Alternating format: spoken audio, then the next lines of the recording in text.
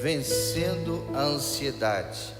O pastor vai fazer uma série esse mês sobre vencendo algumas das dificuldades do dia a dia. Então, toda quarta-feira desse mês vamos estar juntos sobre vários temas. E hoje nós vamos falar sobre ansiedade.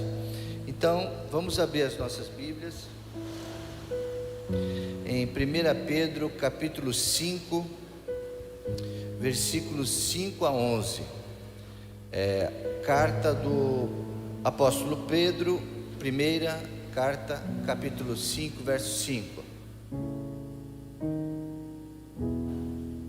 Diz assim a palavra do Senhor: da mesma forma, jovens, sujeitem-se aos mais velhos, sejam todos humildes uns para com os outros, porque Deus se opõe aos orgulhosos, mas concede graça aos humildes. Portanto, humilhe-se debaixo da poderosa mão de Deus, para que Ele os exalte no tempo devido.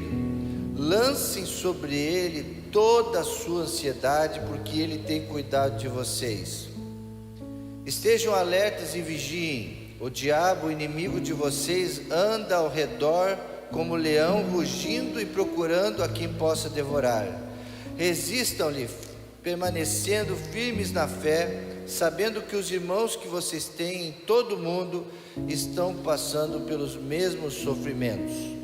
O Deus de toda a graça, que os chamou para a sua glória eterna em Cristo Jesus, depois de terem sofrido por um pouco tempo, os restaurará, os confirmará e os fortalecerá, e os porá sobre firmes alicerces.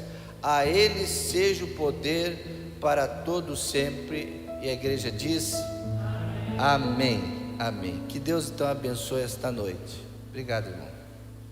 Eu me atrapalho um pouco se ficar isso. Vamos fazer esse estudo da carta de Pedro, irmãos. Pedro, nesse momento, ele sente a necessidade de escrever carta às igrejas. E ele escreve para todas as igrejas. E a maneira de ele escrever é para instruir e exortar a igreja, especialmente as igrejas da Ásia Menor, Galácia, Éfeso, aos Colossenses, igrejas fundadas pelo apóstolo Paulo. Então ele escreve especialmente essas igrejas lá da Ásia Menor. E a época que ele escreveu essas cartas foi uma época de grande perseguição que a igreja estava vivendo. Foi uma época muito difícil. A história conta que o imperador Nero, então, de 64 a 67 depois de Cristo, ele perseguiu fortemente a igreja. Perseguiu mesmo e fazia coisas horríveis aos cristãos desta época. A igreja tinha mais ou menos entre 35 anos de vida. A igreja já estava ali naquele início, já há 35 anos ali. E Pedro então escreve às igrejas especialmente para aliviar o sofrimento. Eles estavam sofrendo mesmo. Perseguição, lutas. Eles prendiam, colocavam nas arenas, queimavam. Era uma perseguição ferrenha. Então Pedro sentiu a necessidade de escrever essas cartas para dar alívio aos sofrimentos dos irmãos, para que eles suportassem as perseguições.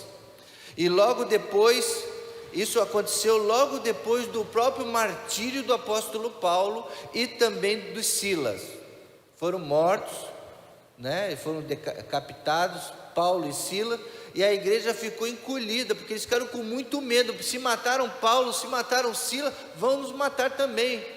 E eles ficaram muito receosos. Então, nesse momento da história, a igreja sofreu muito. E foi nesse momento, então, que Pedro escreve essas cartas.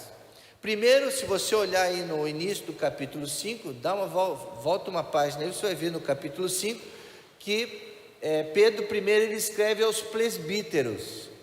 Então primeiro ele escreve aos mais velhos, que estão entre vocês. Então ele exorta primeiro os presbíteros mais velhos, e depois então ele escreve aos jovens, que esse foi o texto que nós lemos, né? Depois ele escreve então aos jovens, os mais novos. E o que ele fala nesse momento da carta? Ele está tratando aqui do relacionamento que eles tinham que ter uns com os outros, que mais do que nunca na história, eles precisavam estar unidos, eles precisavam estar juntos, porque o momento de perseguição, geralmente um vai para lá, outro vai para longe, para cada lado, e a igreja iria se enfraquecer, e não podia isso acontecer. Então ele exortou as igrejas para o seguinte: fiquem firmes uns com os outros, não abandone uns aos outros. E ele falou mais, ele falou sobre submissão e sobre humildade. Então aqui está um segredo que eles obtiveram lá, a igreja primitiva, para eles sobreviverem. Eles foram submissos a Deus contra as ciladas do diabo, e eles foram humildes uns com os outros no tratamento. A gente considerar os outros superiores a si mesmo, a gente tratar bem os mais velhos, a gente respeitar então as ideias dos jovens. Então eles tinham que se dar bem uns com os outros. Isso era importante para a igreja primitiva nesse período terrível da perseguição. E a palavra que ele usa aqui para iniciando o estudo aqui, que ele fala para os jovens, então ele fala assim: cingivos, né? Cingivos, que quer dizer o seguinte: coloque essa roupa, vista-se com essa roupa da humildade, coloque essa roupa. Primeiro então, humildade nos relacionamentos entre os irmãos, nos relacionamentos interpessoais. E isso, irmãos, vale para hoje também. Jesus é o exemplo maior de cingir-se. Então lembre-se que nós somos cristãos, verdadeiros seguidores de Jesus Cristo, então devemos imitar a Cristo. Então, dos segredos da igreja primitiva, para eles aguentarem a perseguição, era olhar para Jesus, era ter o exemplo de Jesus. E para os presbíteros, se você olhar ali esse estudo do início, ele diz o seguinte: vocês têm que ser exemplo, os jovens têm que ver Cristo em vocês. E como que Cristo era? Ele era humilde, ele tratava bem as pessoas, ele era tranquilo, ele não era nervoso, ele não falava alto, não xingava, ele só fazia o bem. Vamos dar uma olhada em alguns textos aqui. João 13:4, vamos dar uma folhada aí na Bíblia, né? O datashow é rápido, mas vamos dar uma olhada nesses textos assim. Assim, Jesus levantou-se da mesa, tirou sua capa e colocou a toalha em volta da cintura. Só até aí. Vocês conhecem essa história? Foi um momento em que Jesus estava na ceia com os discípulos, e Jesus começou a lavar os pés dos discípulos. Então, exemplo de humildade. Quantas vezes nós também precisamos, às vezes, ajudar uns aos outros, perdoar uns aos outros, suportar uns aos outros, lavar os pés dos nossos irmãos. Então nós aprendemos com Jesus a pegar a toalha, pegar o balde e ajudar. Não ficar achando: não, eu vou ser servido, o irmão que tem que fazer, eu já sou mais velho, eu já sei, não preciso, agora é a tua vez. Não, todos devem estar humildes nos relacionamentos. Vamos ver outro texto? Lucas capítulo 14, verso 11. Lucas capítulo 14, verso 11. Ali o apóstolo Pedro estava lutando contra a soberba, pois todo que se exalta, leiam comigo: pois todo que se exalta será humilhado, e o que se humilha será exaltado. Então ali ele está falando o seguinte: não tenha soberba no seu coração, não se exalte, pelo contrário. Então o apóstolo Paulo também combateu isso muito na igreja. Em Romanos capítulo 1, verso 30, ele fala isso também. Tiago capítulo 4, 6 também fala sobre isso. Mas vamos ler só o que o apóstolo Paulo diz em Romanos 1, 30. Então é preciso tirar a soberba, tem que ter um coração humilde. Romanos 1, 30. Caluniadores, inimigos de Deus, insolentes, arrogantes e presunçosos, inventam maneiras de praticar o mal, desobedecem aos seus pais. Então, que isso não aconteça. Vocês têm que ser exemplo de humildade. Então, no trato uns dos outros. Segundo, humildade nos relacionamentos para com Deus. Então ele começa a falar assim: olha, vocês têm que estar debaixo da poderosa mão de Deus. Vocês têm que estar debaixo da poderosa mão de Deus, as mãos de Jesus, né? Citada em vários momentos, até do Antigo Testamento, a poderosa mão de Deus é citado. Certeza que a mão do Senhor irá salvá-los e eliminar, e vai te ajudar no tempo oportuno. Essa mão poderosa do Senhor vai nos ajudar nos momentos, no momento oportuno, no tempo próprio. Tudo acontecerá certo ao seu tempo. Então, por que andar ansioso?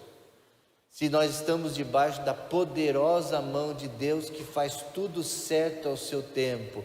Então nós devemos ter humildade no nosso relacionamento para com Deus, sabendo que Ele cuida de tudo. Deus faz sua parte em cuidar de nós. Agora nós temos que fazer a nossa parte também. Então a palavra de Deus diz o seguinte: lançar sobre Ele toda a sua ansiedade. Estou falando aqui o verso 6, coloca o verso 6 aí de 1 Pedro 5, no verso 6 diz: portanto humilhe-se debaixo da poderosa mão de Deus, para que Ele os exalte no tempo devido. Então o tempo de Deus, verso 7 agora, lançando sobre Ele o que? Toda a sua ansiedade, porque Ele tem cuidado de vocês. Lançar, irmãos, é o seguinte: no original, quando a gente estuda, tem outras interpretações, outras formas de a gente entender. Tirar de si alguma coisa pesada, alguma coisa que está atrapalhando, alguma coisa que está amarrando, está grudando, está incomodando. Então esses dias eu fui experimentar lá um terno, né, numa loja, fui experimentar um terno bonito ali no manequim. Aí eu falei, vou experimentar. Quando eu coloquei, né, eu fui fazer assim com a mão, aí começou a prender tudo, esticar tudo, ficou muito ruim. Eu falei, mas como é que eu vou pregar? Como é que eu vou mexer os meus braços? Aí o cara falou, não, mas aí você tem que deixar ele aberto. Eu falei, negativo. O terno tem que estar perfeito, o caimento. Esse terno não está bom, ele está bonito na vista, mas quando você vai, para mim não serve. Eu não quero que nada me incomode, eu não quero que nada me prenda, eu quero estar livre. Então quando ele fala assim, lançar sobre vós, esse lançar é o seguinte: que nada te prenda, que nada na tua vida possa te prender. Significa também as tensões do dia a dia, as pressões da época, de cada época. Na juventude existem algumas pressões que a gente passa. Existem pressões da idade, pressão sexual, pressão social e pressões espirituais, que até o apóstolo aqui, Pedro, vai tratar sobre as questões espirituais contra o diabo. Mas existem pressões. Mas o caminho da fé é um caminho de libertação. Mateus 6,25, vamos ver o que diz Mateus 6,25. Irmãos, essa noite é um estudo, tá? Portanto eu digo, não se preocupem com a sua própria vida, quanto ao que haveis de comer ou beber, nem com o próprio corpo, quanto ao que haveis de vestir. Não é a vida mais importante do que a comida, e o corpo mais importante do que a roupa? Muita gente anda ansiosa porque tem que ter aquela roupa, porque tem que ter aquele brinco, porque tem que ter aquele carro, porque, enfim, ele quer ter as coisas materiais. E ele está falando, não fiquem preocupados com essas coisas. Preocupe com a sua vida mental. Se preocupa com a tua vida espiritual. Para você ser uma boa mãe, um bom pai, um bom filho, com as relações. Mas a gente é tão consumista, a gente quer as coisas, a gente vê, a gente quer, fica ansioso, e fica esperando, e aquilo vai enchendo o coração. E Jesus já está dizendo aí no seu sermão que nós não devemos nos preocupar com essas coisas. Ele tem cuidado de vós. Você pode dizer amém? Amém. Se a Bíblia está dizendo, Ele tem cuidado de vós, Ele tem cuidado de vós. Você tem que confiar que Ele vai cuidar de você. Ai, pastor, o que vai ser de você na sua aposentadoria? Tem vários pastores aí com 60 anos, a igreja mandou ele embora, ele não pagou INSS, o que vai ser dele? Deus tem cuidado de vós. Pastor, você não tem filhos, quem vai cuidar de você na velhice? E aí vem essa pergunta. Às vezes tem pessoas que falam assim comigo. Falei, olha, eu respondo o seguinte: Deus tem cuidado, vai cuidar de mim. Ele vai cuidar de mim, vai arranjar alguém para cuidar de mim na minha velhice. Porque Deus tem cuidado de vós. Se eu ficar preocupado, eu não vou fazer nada. Para que eu vou ficar ansioso com isso? Coloca as suas preocupações para Deus, Ele tem cuidado de vós. Aleluia! Ele te ama, Ele se importa com você, Ele se preocupa com você. Você que está ouvindo aí em casa, saiba disso. Ele cuida de vós, Ele ama você, Ele vai cuidar de tudo. Ele se preocupa, deixa Ele se preocupar com você. Ele se importa com aquilo que você passa na vida, com o seu futuro. Agora, o diabo, vosso adversário, ele diz aí, né? Estejam, verso 8, estejam alertas, estejam atentos, vigiem. O adversário, ele diz, ele existe. E a Bíblia diz que ele está à espreita. Você acha que ele não está? Está tudo indo tão bem, nada está acontecendo de errado, o diabo está longe, eu estou com Deus, mas não acho que o diabo está longe, ele está à espreita. Ele talvez não esteja próximo, ele está observando tudo. Quando ele der uma oportunidade, ele está à procura de uma oportunidade. O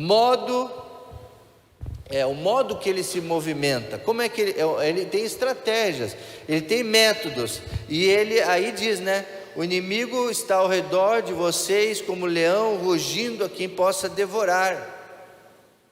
Ele usa estratégia para tirar a nossa paz, para botar ali lenha na ansiedade, lenha nas preocupações, para ser maior do que você pensa, porque tem gente que exagera também, né? Às vezes alguém fala, pastor, fulano lá está passando por isso, a gente liga, vai lá, e quando vê, nem é tanta coisa assim, mas para a pessoa é importante. Isso se chama empatia. A gente nunca fala assim, mas só isso. Não, você se preocupa com ela, mas você logo pensa internamente, puxa, mas é uma coisa tão simples, eu pensei que a pessoa estava com um problemão, mas é só isso. A gente tem que cuidar também, porque às vezes o inimigo ele coloca lenha ali onde também não existe. O modo que ele se movimenta é estratégico. Ele se disfarça na relva, fica de tocaia, prepara armadilhas, emboscadas. Vamos observar uma coisa. Aí ele diz o seguinte: resistam-lhe permanecendo firmes na fé. Nós devemos cuidar com algumas coisas na nossa cultura, porque está impregnado, e o objetivo dele é enfraquecer a nossa fé. E o objetivo dele são dois: enfraquecer a nossa fé e nos desviarmos de Deus. E ele vai fazer de tudo isso, e isso ele vai colocar na cultura, na sociedade, nas questões financeiras, na economia, na política, nas ideologias, nas polarizações, na verdade e mentira. Tudo isso está acontecendo aí. E às vezes muita gente ficou tão preocupada com muita coisa, né? Nas questões políticas, por exemplo, a gente ficou bem preocupado um tempo atrás, mas precisava ficar preocupado? Não precisava, porque está tudo nas mãos de Deus. Mas o diabo coloca ali para que você se preocupe, e houve muita briga entre irmãos. Até esses dias o irmão falou assim, mas lá na igreja fulano é de tal, então eu não vou mais estar quando ele estiver dirigindo, ou quando ele estiver na aula, ou quando ele estiver lá, eu não vou mais.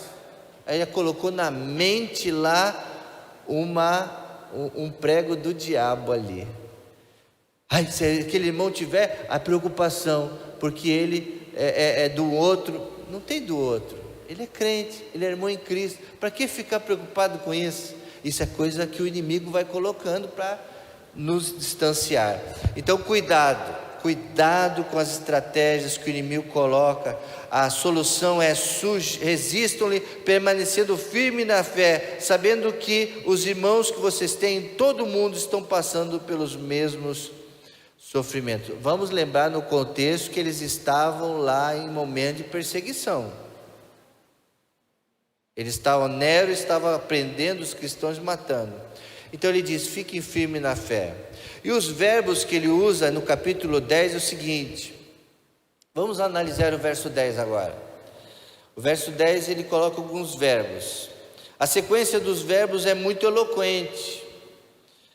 A intervenção divina em continuar um processo natural de crescimento. Deus quer que a gente pare e cresça nas perseguições. Ele quer que a gente melhore, que a gente suporte os sofrimentos e melhore. Que o Deus de toda a graça, que os chamou para a glória eterna em Cristo Jesus, depois de terem sofrido por um pouco de tempo, Ele restaurará. E depois confirmará, os verbos aí, e depois fortalecerá e porá vocês sobre firme alicerce. Quem não quer isso, irmãos? Você quer que Deus restaure você, que Deus confirme você, a tua fé nele, te fortaleça e que te coloque firme no alicerce? Eu quero. Então o convite que o apóstolo Pedro faz aos irmãos que estão sofrendo e a nós também é o seguinte: fiquem firmes na fé e cresçam no poder do Senhor, porque nós fomos chamados para isso. Deus aperfeiçoará. Imagine você passar por esse mundo e nada acontecer. Cada ano você tem que estar mais forte, mais aperfeiçoado. Eu estou olhando ali a irmã Geisa, né? Irmão Célio, não sei se ele está assistindo lá. Passaram por essa luta tremenda, irmãos. E aí, vem 2023, eles são levantados de novo. Agora eu pergunto, tudo que eles passaram, ou tudo que você passou, né? Vai deixar você mais forte ou mais fraco? Vai se levantar mais forte ou mais fraco? Muito mais forte. Muito mais forte. Porque venceu. O irmão Genilson também está lá se recuperando. Aqueles que passaram por lutas das perdas. Deus vai aperfeiçoar você em cada situação que você viver pela fé e pela sua confiança nele. E ele termina então as suas instruções, diz o seguinte: fique firme na fé. Essa era a missão dos apóstolos, fazer com que os irmãos lá na perseguição ficassem firmes e não desistissem. Essa é a missão dos líderes e pastores. O pastor tem trazido para a nossa igreja o pastor Ronald, que está aqui, o homem de Deus. Ele foi trazido para quê? Para manter o pessoal da música firme e forte. O pessoal do coral, o pessoal da música, das lutas, tentações e provações. Essa é a nossa missão. Fortalecer, fortificar, dar forças para conseguires estar sóbrio e vigilante. Você precisa estar sóbrio e vigilante. Fortificar para estar firme na fé. Fortificar para a gente estar resistindo ao diabo. Fortificar para você viver humildemente. Tudo isso são desafios da vida cristã. E fundamentarmos a nossa fé na vida de Cristo. Ele é o alicerce. Ele é o firme alicerce que todos nós devemos estar firmes. Que você, que a tua família, que esta igreja possa estar sob esse firme alicerce no meio das perseguições. E que a ansiedade, irmãos, lança sobre ele. Que a ansiedade seja curada na tua vida. Que você confie nesse Deus que vai te aperfeiçoar. Eu termino com Filipenses 1:6. Gostaria que nós terminássemos lendo esse texto de Paulo aos Filipenses 1:6. Eu estou convencido de que aquele que começou a boa obra em vocês vai completá-la até o dia de Cristo Jesus. Amém.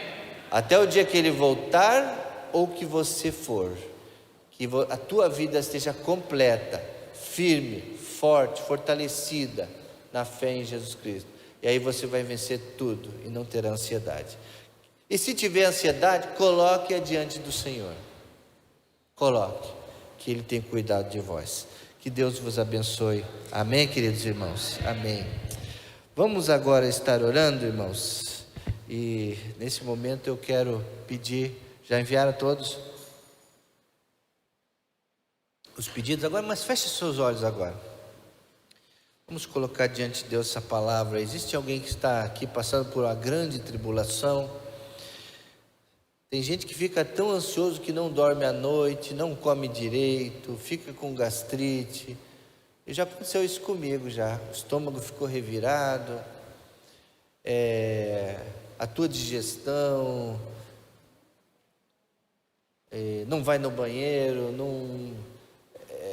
parece bobagem isso que eu estou falando, mas isso acontece. É dor de cabeça.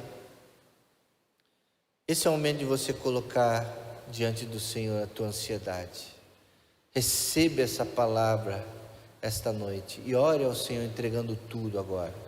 Entregue suas preocupações, sua família, suas finanças, sua vida emocional. A vida emocional é muito séria. As perseguições, se está sendo perseguido, a falta de oportunidade tem atrapalhado a muitos. Coloca tudo agora. Pai, que essa primeira ministração desse mês, das quartas da consagração, possa ter servido para algum irmão, ó Deus, receber alívio, o fardo de Jesus que é suave. Então o Senhor diz o seguinte: entregue a mim, venham a mim todos vocês que estão cansados e sobrecarregados, venha a mim a entregar. Então que cada irmão possa estar entregando esse momento nas tuas mãos. Pode estar acontecendo tanta coisa séria e as pessoas passam por nós, está tudo bem, você fala está tudo bem, mas por dentro não está tudo bem. Estão acontecendo coisas tremendas no coração. E Jesus está dizendo: entrega para mim toda a vossa ansiedade. Coloca agora do Senhor tudo no altar dele. Ó Pai, recebe no teu altar nesse momento, onde os irmãos estão agora orando, entregando tudo. Que o Senhor providencie, mostre as soluções. Aonde está a solução? Está no caminho da submissão, no caminho da humildade, dos relacionamentos uns com os outros e principalmente com o Senhor. Ensina-nos, ó Pai, a entregar. Quantos nós seguram, querendo, eu resolvo tudo? Não. Coloca hoje para Deus resolver. Ele vai mostrar o que você deve fazer. Senhor, então entregamos toda a nossa ansiedade. Não deixe o diabo fazer armadilhas. Ele vai tentar muitas vezes tirar nossa fé, desanimar-nos, ó Deus, mas que nós possamos sujeitarmos a Ti, entregarmos tudo a Ti, e que o Senhor nos abençoe em fazer isso. Em nome do Teu Filho nós oramos.